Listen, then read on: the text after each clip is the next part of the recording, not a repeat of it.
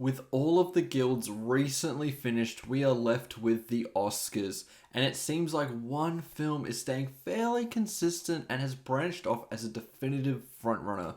That is Everything Everywhere All at Once, and I think if it does win Best Picture, it will be the most deserved film to win since Parasite, which was the last one which generated the right kind of excitement for the Academy Awards, and I want to discuss why I think that is. I recently rewatched Everything Everywhere not too long ago, and it really reinforced my feelings for this incredible film. So, let's get into it.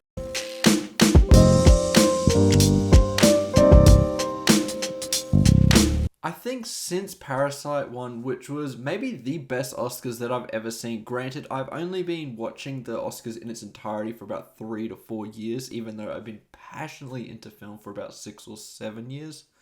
This win had a lot against it, being the first international film, and it was going up against 1917, which felt like your classic Oscar bait war movie. Now, I'm going to use that term, and that does not mean that I dislike the film. There are many Oscar bait type of films that I really enjoy, and I'm just using it purely for that term alone. 1917 felt like the type of film that the Academy just goes for in terms of handing out awards, and Parasite just suddenly came through and won. Since then, I felt like there have been some pretty underwhelming and forgettable choices for Best Picture. To me, there is a difference between a good movie and a film that wins Best Picture.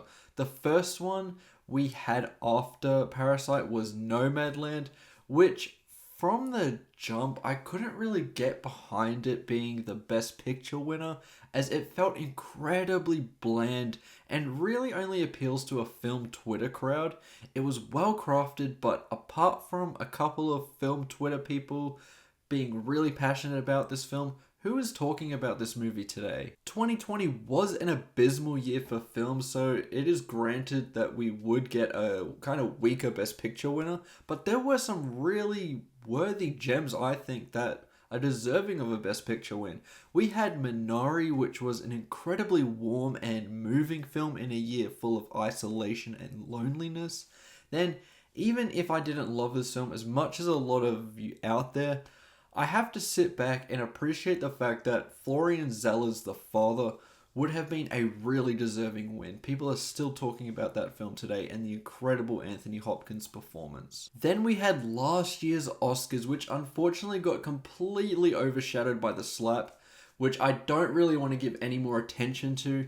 We had Coda win Best Picture, which, while I actually really enjoy this film, it gets to my original point. There is a difference between a really good film and a Best Picture winner. And Coda just felt like very typical Oscar bait in terms of its feel-good nature. I love the Troy Kotsur win, and that was pretty much about it for Coda in terms of what I would have liked to have seen it won. I think there were some really worthy choices for Best Picture that left a far greater impact on audiences.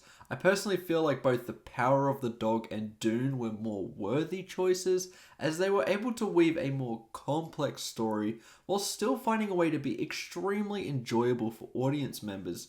Dune a lot more so than The Power of the Dog, which was the reason that I think that that was the film that was the most deserving of Best Picture last year. Honestly, when you ask me about the last 10 Best Picture winners, I honestly start struggling to remember the later ones because they don't feel like a Best Picture winner at all. You watch something like Birdman, Moonlight, even something simple like Spotlight, you feel like it's a different experience compared to what you're used to. It has an aura around the film. You can agree or disagree whether you like the film. I mean, I wouldn't have picked some of the last 10 winners to win Best Picture either, even if I do love most of them, but I completely understand why they won, and I think they are brilliantly crafted. To me, Parasite was the last film to really have that aura which won Best Picture, and I think Everything Everywhere All at Once manages to capture that really well. Alright, I've mentioned quite a few points in this video about Everything Everywhere All at Once without actually talking about the film, so here we go. I feel like every single Best Picture nominee this year brings something kind of unique to the table, and Everything Everywhere manages to encapsulate all those unique elements and cohesively puts it into one phenomenal film. This has fantastic action sequences and stunt work, a strong and smart screenplay. It is directed with a unique vision which goes against the narrative that Hollywood has really had over the past 10 or so years about how they're out of ideas. This film is so unique and special. I also think A24 needs another Best Picture winner. The only other one to ever do it is Moonlight, and I think the studio is well overdue for another win. Then there is another element which I really want to address, which I guess may be the thing that holds it back from winning Best Picture, which are those really goofy comedic moments which have been labeled as crass from people who aren't as fond on this film as I am. This is due to scenes like the one with the butt plug, and to that I say those scenes are fine in this film because it is used in moderation. Sure, it is silly and crass, but does every single Best Picture movie need to be some stale movie that takes itself too seriously? No, it is fine for a film to go into something goofy, especially with the context of having Daniels as your directors for this film. These are the guys that made Daniel Radcliffe fight himself across the ocean. So in that context, Everything Everywhere is relatively tame in comparison. Now, with that out of the way, let's talk about the now SAG winning ensemble. And it was a very well-deserved award too. I mean, not a single performance in this is slacking. Every single person is pretty much giving career best work in my eyes, and they are all deserving of their awards attention. You have smaller roles like that of Jamie Lee Curtis, which adds so much depth to Michelle Yeoh's Evelyn. You have Ki Hai Kwan and Stephanie Hsu giving star-making performances, where especially Ki Hai Kwan will make you cry 1 minute and laugh the next. He's not only delivering lines off a well-written script, he is changing characters on the fly and also giving quite a physical role at times, which to me was incredibly impressive and is why he is the most deserving Oscar winner in terms of his supporting role.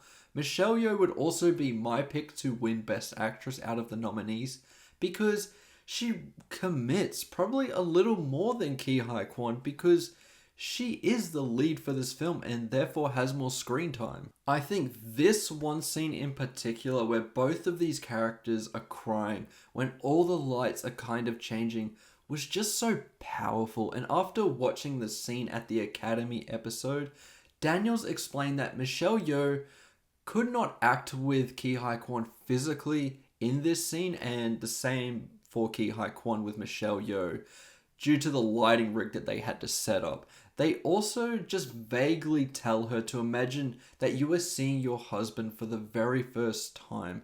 And similar direction was given to Ki Hai Kwan, and they both managed to expertly communicate so much throughout just their facial expressions and mannerisms. It is a beautiful scene, and there are just so many more incredible scenes. Obviously, the scene where Ki says, 如果有来生，我还是会选择和你一起报税，开洗衣店。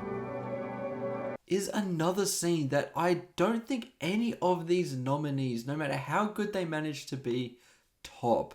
They are so full of heart, creativity, and just raw passion that just bleeds onto the screen and to me creates something so wonderful, so magnificent that is truly worthy of the title Best Picture.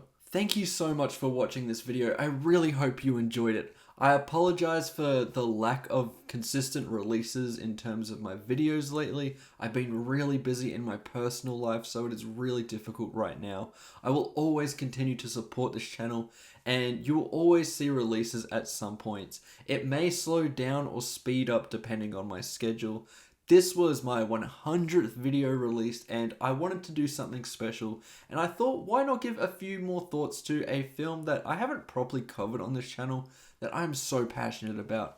I can't believe we have made it this far, and so many of you have tuned in to watch. It truly means the world to me. It never goes unnoticed. And I'm just so grateful that so many of you have engaged with my content. Remember, if you haven't already, please consider liking the video and clicking that subscribe button, and I'll see you in the next one. Goodbye.